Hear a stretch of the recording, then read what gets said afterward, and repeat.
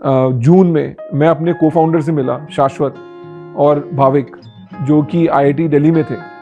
और मैं जब उनसे मिला तो मैंने समझा कि इन्होंने एक बहुत ही अच्छी टेक्नोलॉजी फिगर आउट कर ली है, जिससे हम यूपीआई के क्यूआर कोड लगा सकते हैं दुकान पे, और दुकानदार एक ही क्यूआर कोड पे बहुत सारी पेमेंट कंपनी से पैसा ले पाएगा।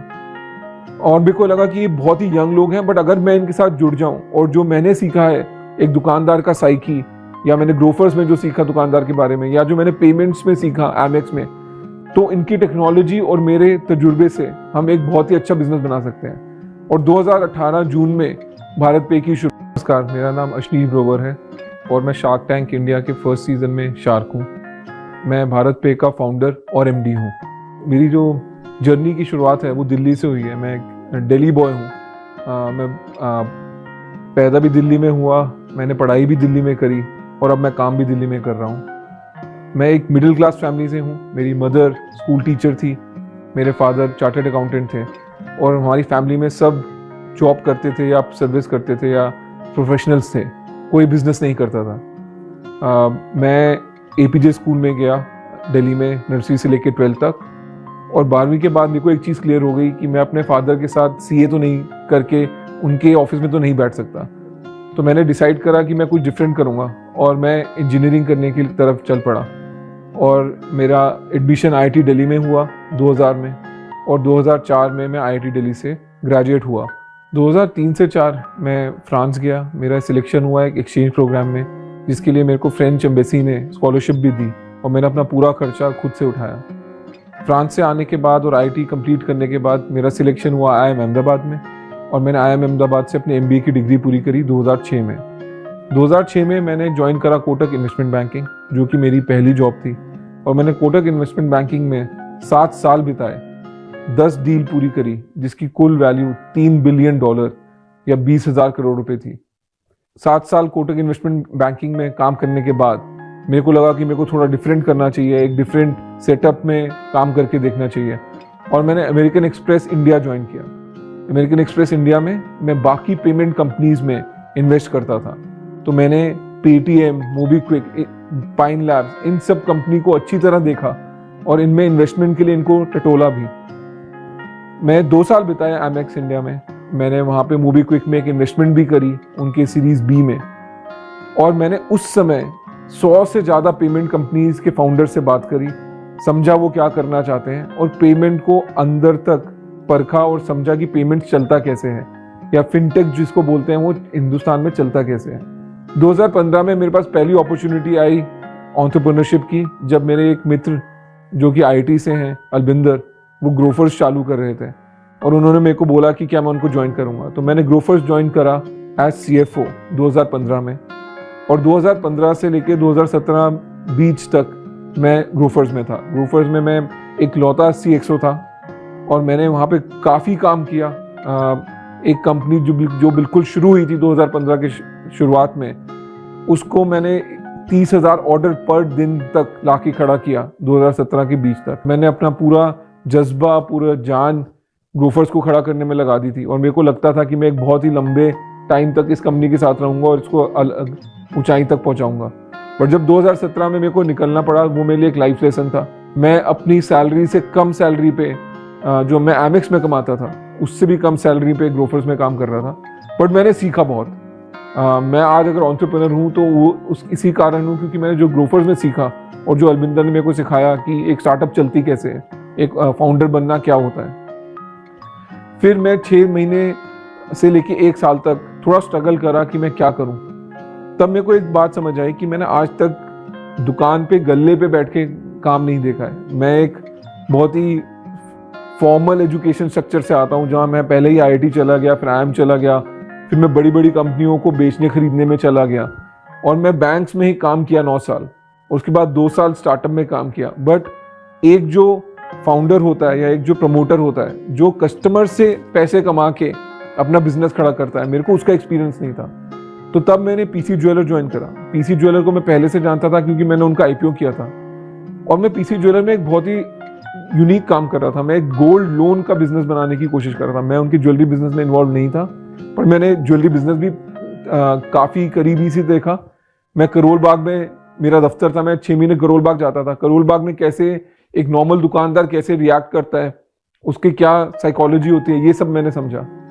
फिर जब 2018 में जून में मैं अपने को फाउंडर से मिला, शाश्वत और भाविक, जो कि IIT दिल्ली में थे।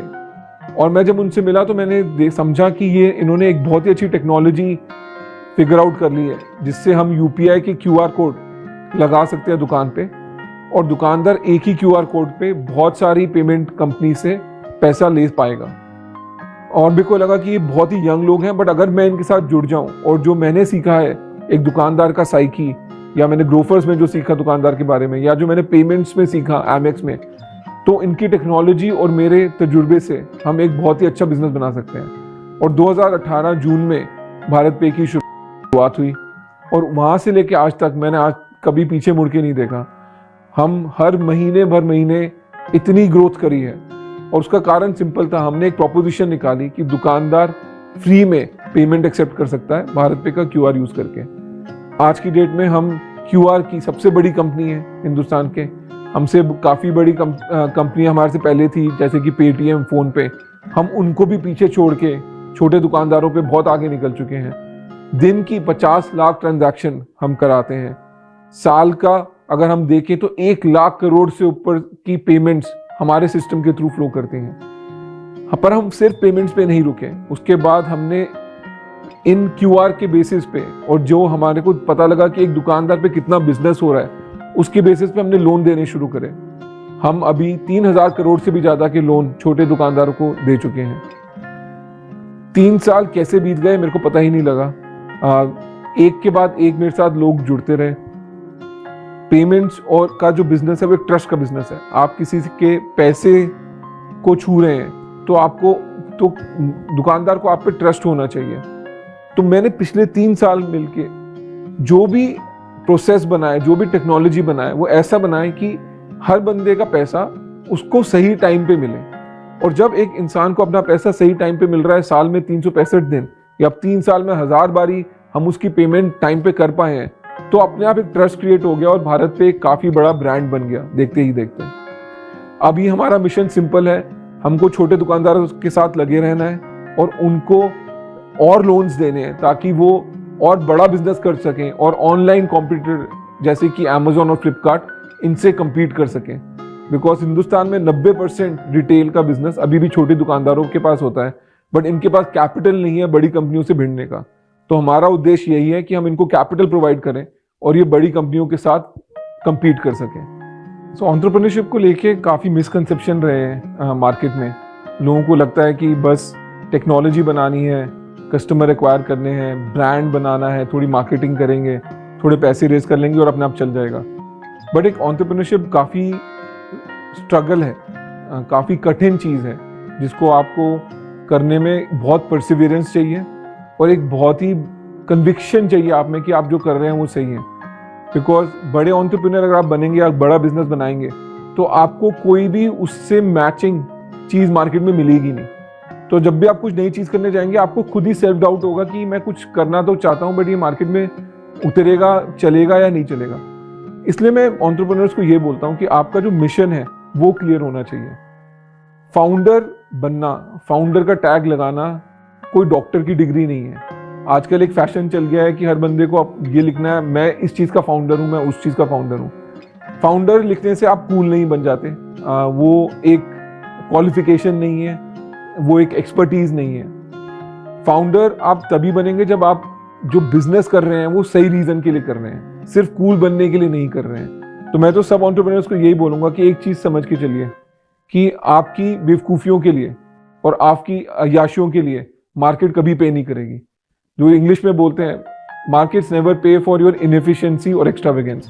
अगर आप इस चीज पे क्लियर हैं और आप इसको एक डिसिप्लिन तरीके से मान के चलेंगे तो आप एक बहुत अच्छे एंटरप्रेन्योर बन सकते हैं। अभी हिंदुस्तान में, भारत में एक एंटरप्रेन्योरशिप की वेव चल रही है।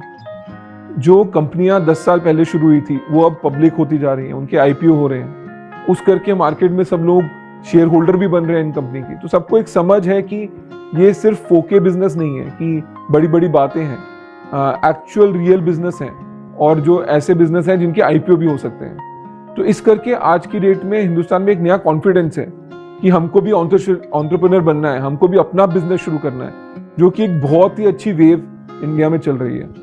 बट काफी लोगों के लिए ये समझना कि एंटरप्रेन्योरशिप है क्या, कैसे एक एंटरप्रेन्योर बनता है, वो एंटरप्रेन्योर कैसे जाके एक इन्वेस्टर के सामने जाके उनको पिच करते हैं कि आप हम पे पैसे लगाइए, काफी लोगों के पास ये समझ नहीं है। बिकॉज ये जितनी भी एक्टिविटी होती है ये एक बंद दरवाजे के पीछे होती है। शार्क टैंक एक मंच है जहाँ पे ये सारी एक्टिविटी, जहाँ काफी अच्छे बिजनेस आ रहे हैं और वो पिच कर रहे हैं हमारे को, और हम उनको बता रहे हैं कि हम उन पे पैसा लगाएंगे या नहीं लगाएंगे, और इससे काफी एजुकेशन होगा। और एक जो मैं कहता हूँ, एक जो मिस एजुकेशन भी है मार्केट में, सबको लगता है कि बस अपना कुछ भी स्टार्टअप शुरू करो, एक आईआईटी की डिग्री ले लो, एक टेक का बंदा साथ में ले लो और आपकी $multi billion कंपनी बन जाएगी। ऐसा कुछ नहीं है। हर सक्सेस स्टोरी के पीछे कम से कम 1000 फेलियर स्टोरीज हैं। तो आपको ये जानना भी जरूरी है कि क्या करना है, और उससे ज्यादा जरूरी ये जानना है कि क्या नहीं करना है। और शार्क टैंक के माध्यम से आप हिंदुस्तान में जान पाएंगे कि एक एंटरप्रेन्योर बनना है क्या, अगर आप एंटरप्रेन्योर बनते हैं आपकी क्या एक्सपेक्टेशन होनी चाहिए, क्या रियलिस्टिक एक्सपेक्टेशन होनी चाहिए, और कैसे कोई आपका इवैल्यूएशन करता है कि आप पे कोई पैसा क्यों लगाएगा। तो आपको वो पूरी एक जानकारी मिलेगी और एक एजुकेशन मिलेगा, और होपफुली आपका एक एंटरटेनमेंट भी होगा। जोश टॉक्स अब स्पॉटिफाई एक्सक्लूसिव पॉडकास्ट है, जिसके साथ जोश टॉक्स की सभी कहानियां ऑडियो फॉर्मेट में अपलोड होंगी केवल स्पॉटिफाई पर। और हाँ, अगर आपको ये वीडियो अच्छी लगी तो आप जोश टॉक्स पॉडकास्ट को फॉलो कर सकते हैं और सुन सकते हैं ऐसी कई प्रेरणादायक कहानियां सिर्फ स्पॉटिफाई पर। इस वीडियो के बारे में अपनी राय नीचे कमेंट सेक्शन में हमें बताएं और अपने दोस्तों के साथ ये वीडियो शेयर करना ना भूलें।